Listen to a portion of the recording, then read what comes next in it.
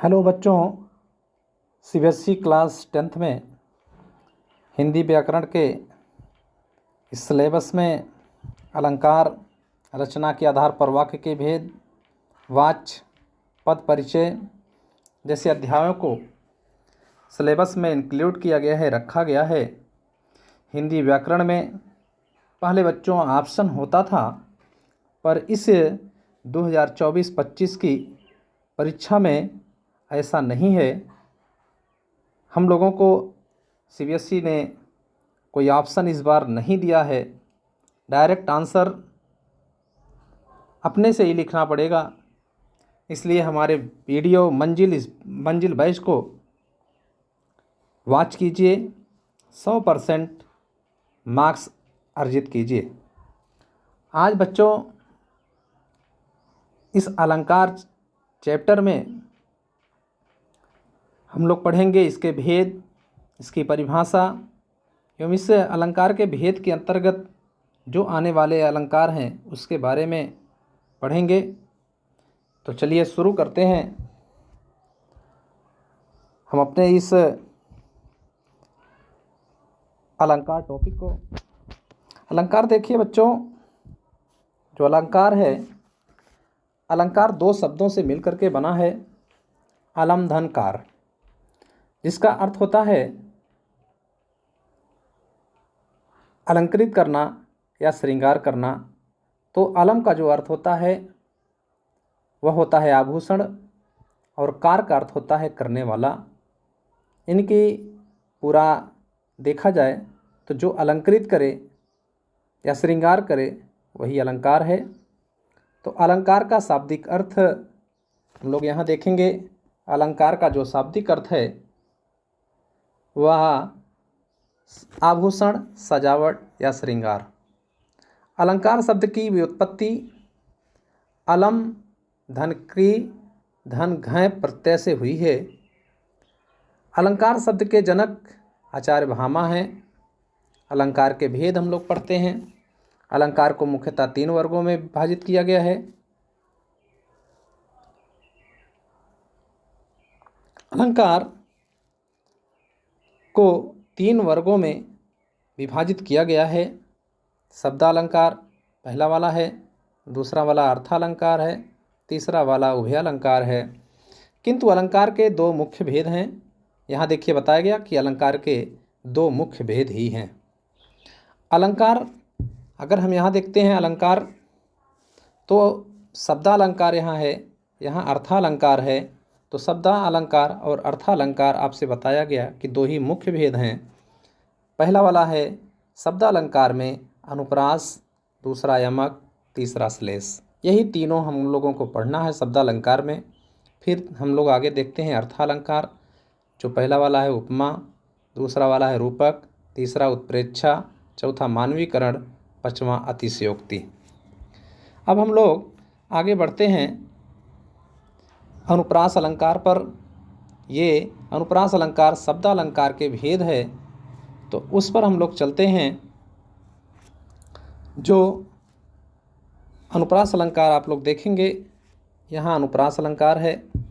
अनुप्रास 2 शब्दों अनु धन प्रास से के योग से बना है, जिसमें अनु का अर्थ होता है बार बार और प्रास का अर्थ होता है वर्ण या अक्षर।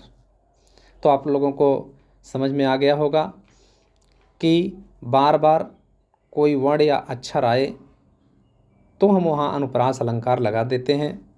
जहाँ एक ही वर्ण या अक्षर की बार बार आवृत्ति होती है वहाँ अनुप्रास अलंकार होता है। आपको समझ में आया होगा कि जहाँ एक ही वर्ण या अक्षर की बार बार आवृत्ति होती है, आवृत्ति माने दोहराव अगर होता है, तो वहाँ अनुप्रास अलंकार होता है। प्रमुख उदाहरण है पहला वाला देखिए, तरन तनुजा तट तमाल तरुअर बहुछाए। इस पंक्ति में ता वर्ण की आवृत्ति 5 बार हुई है, इसलिए यहाँ अनुप्रास अलंकार। ध्यान से देखेंगे, उदाहरण ही मेन है, उदाहरण ही परीक्षाओं में पूछे जाते हैं। हम लोग उदाहरण को ज़्यादा रीड करेंगे, जिससे कि हमारे परीक्षा में अच्छे अंक हासिल हो जाएं। तो दूसरा वाला देखेंगे, बंदौ गुरुपद पदुम परागा, सुरुचि सुवास सरस अनुरागा। इस पंक्ति में पा, द, सा, रा वर्णों की आवृत्ति हुई है, तो यहाँ भी अनुप्रास अलंकार है। तीसरा देखेंगे, रघुपति राघव राजा राम, पतित पावन सीताराम। इस पंक्ति में रा, घा, पा, व वर्णों की आवृत्ति हुई है। चौथा देखेंगे तो हम लोग चौथा देखते हैं, तो तरनि तनुजा तट तमाल तरुअर बउछाए, झुके कूल सो जल पर मन हित मनोह सुहाए। यह जो है इसमें ता वर्णों की आवृत्ति हुई है। आगे देखते हैं हम लोग पांचवा वाला, शेष महेश गणेश दिनेश, सुरेश हूँ जाय निरंतर गावे। इस पंक्ति में गा, ना, र, सा और बड़ा सा फिर हा वर्णों की आवृत्ति हुई है, तो भी यहाँ अनुप्रास अलंकार है। सभी लोग ध्यान से देखेंगे। चारु चंद्र की छठवां वाला है, चारु चंद्र की चंचल किरणें खेल रही हैं जल थल में। यह भी अनुप्रास अलंकार है। सतवां देखेंगे, अमीय मूरिमय चूरन चारु, समन सकल भव रुज परिवारु। आठवां है, मुदित महीपत मंदिर आए, सेवक सचिव सुमंत बुलाए। ये सब इम्पोर्टेंट हैं जो आपकी परीक्षाओं में पूछे जा सकते हैं। और पूछेगा कि मुदित महीपत मंदिर आए और सेवक सचिव सुमंत बुलाए में कौन सा अलंकार है, तो हमें अनुप्रास अलंकार लगाना पड़ेगा। बच्चों 9 वाला है, 9वां, कुल कानन कुंडल मोर पखा, उर पे बनमाल विराजत है। इसमें कौन सा अलंकार है ये पूछता है, तो अनुप्रास अलंकार लगाएंगे। 10वां है, चरण चोट चटकत चकोट में क्या अलंकार है, तो अनुप्रास अलंकार है। आगे हम लोग देखते हैं यमक अलंकार, जो नेक्स्ट पेज पर दिया गया है। यमक अलंकार, तब यमक अलंकार बच्चों देखेंगे, यहाँ यमक अलंकार है। तो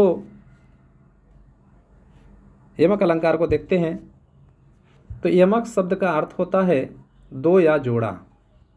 दो या जोड़ा, जोड़ा तो दो ही में होता है, तो सभी लोगों को पता है। जहाँ कोई शब्द एक से अधिक बार आए और उसका अर्थ अलग अलग हो, वहाँ यमक अलंकार होता है। फिर से आप लोग देखेंगे यमक अलंकार को। यमक अलंकार, यमक शब्द का अर्थ होता है दो या जोड़ा। जहाँ कोई शब्द एक से अधिक बार आए और उसका अर्थ अलग अलग हो, वहाँ यमक अलंकार होता है। उदाहरण में देखेंगे, कनक कनकते सौकुनी, माँ दखता अधिकाय, वा खाए बौराय नर, या पाए बौराय। तो यहाँ पर 2 बार देखिए कनक कनक 2 बार आया है। स्पष्टीकरण में देखिए यहाँ दिया गया है कनक 2 बार आया, एक पहली बार एक दूसरी बार। तो ये पहला जो है वो धतूरा होता है इसका अर्थ, और ये कनक का अर्थ जो होता है सोना। सोना मीन्स गोल्ड जो है वो होता है। दूसरा है 3 बेर खाती थी। दूसरा वाला देखिए 3 बेर खाती थी, वो 3 बेर खाती है। फिर इसका स्पष्टीकरण है, बेर का 2 अर्थ है। यहाँ बेर मतलब खाने वाला बेर, इसको हम गाँव में बैर कहते हैं। और बेर जो है पहाड़ होता है, समय होता है, बेला होता है। तीसरा देखेंगे, काली घटा का घमंड घटा। ये भी अक्सर पूछा जाता है, काली घटा का घमंड घटा। तो घटा का अर्थ है बादल और एक घटा का अर्थ है कम होना। चौथा वाला है देखेंगे, माला फेरत जुग भया, फिरा न मन का फेर, कर का मन का डार दे, मन का मन का फेर। ये भी इम्पॉर्टेंट क्वेश्चन है, इसमें भी यमक अलंकार होगा, ध्यान रखिएगा। मन का मीन्स एक मन का मीन्स होता है माला में पिरोया जाने वाला दाना, और दूसरा मन का मीन्स होता है हृदय। 5वां देखेंगे बच्चों, सजना है मुझे सजना के लिए। स्पष्टीकरण में देखेंगे सजना 2 बार आया है। श्रृंगार करना, तैयार होना एक सजना का अर्थ, दूसरे सजना का अर्थ है पति। आपको ये मैं इसकी ट्रिक बताता हूँ यमक अलंकार की। जोड़ा में कोई शब्द आएगा तो ज़्यादातर आपको जोड़ा में आएगा देखने को मिलेगा। जैसे यहाँ सजना सजना 2 बार आया, मन का 2 बार आया, घटा घटा 2 बार आया, बेर बेर 2 बार आया, कनक कनक 2 बार आया। तो हर जगह आपको ऐसे ही मिलेंगे।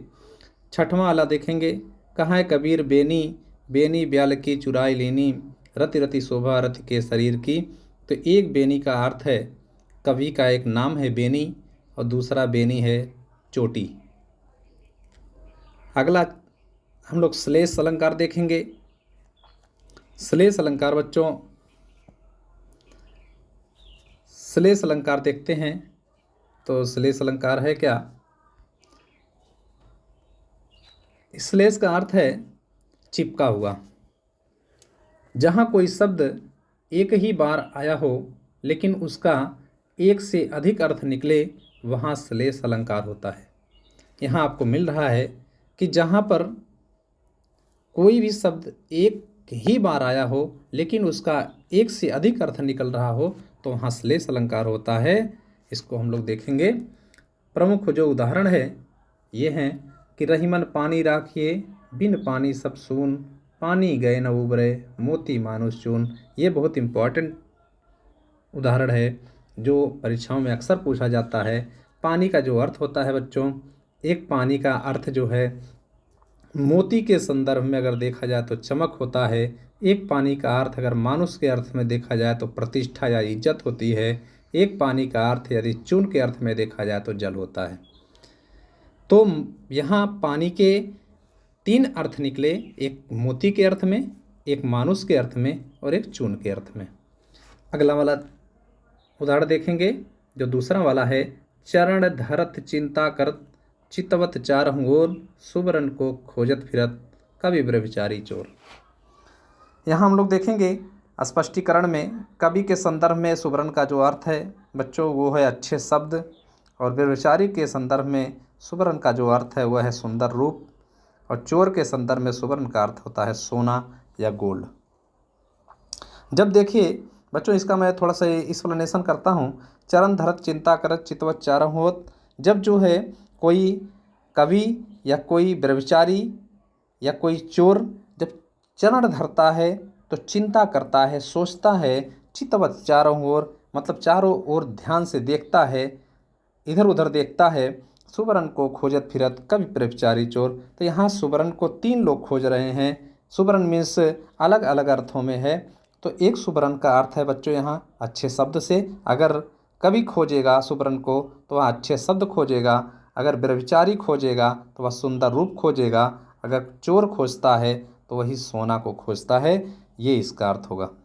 ढोल गंवार तीसरा वाला देखेंगे। ढोल गंवार शूद्र पशु नारी, सकल ताड़ना के अधिकारी। इसमें ताड़ना के अर्थ में कई अर्थ हैं। ढोल का, गंवार का अर्थ अलग, गंवार का अलग, शूद्र का अलग, पशु का अलग और नारी का अलग। तो हम लोग देख लेते हैं। ढोल के संदर्भ में ढोल को कसना होता है। गंवार के संदर्भ में ताड़ना का अर्थ होता है समझाना, और शूद्र के संदर्भ में ताड़ना का अर्थ होता है डांटना, और पशु के संदर्भ में ताड़ना का अर्थ होता है मारना, और नारी के संदर्भ में ताड़ना का अर्थ होता है वश में रखना। चौथा देखेंगे। जो रहीम गतिदीप की, कुल कपूत की सोए, बारे उजियारे करे, बढ़े अंधेरो होए। इसमें स्पष्टीकरण जब करेंगे हम तो यहाँ बारे का जो अर्थ होता है, बारे का मतलब है देखेंगे यहाँ तो जो बारे का अर्थ होता है बच्चों, जो बारे का अर्थ होता है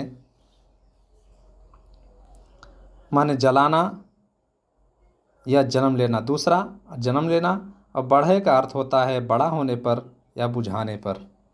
पाँचवां है नवजीवन दो घनश्याम हमें। तो नवजीवन का मतलब एक जल से है जो हमें नवजीवन नया जीवन देता है, और एक नया जीवन। घनश्याम का अर्थ है काला बादल या कृष्ण। तो इसी के बाद हमारा अगला वीडियो आएगा पार्ट 2 का, जिसमें अर्थालंकार होगा। तो सभी लोग वॉच करिएगा, देखिएगा और अच्छे नंबर गेन करेंगे। धन्यवाद।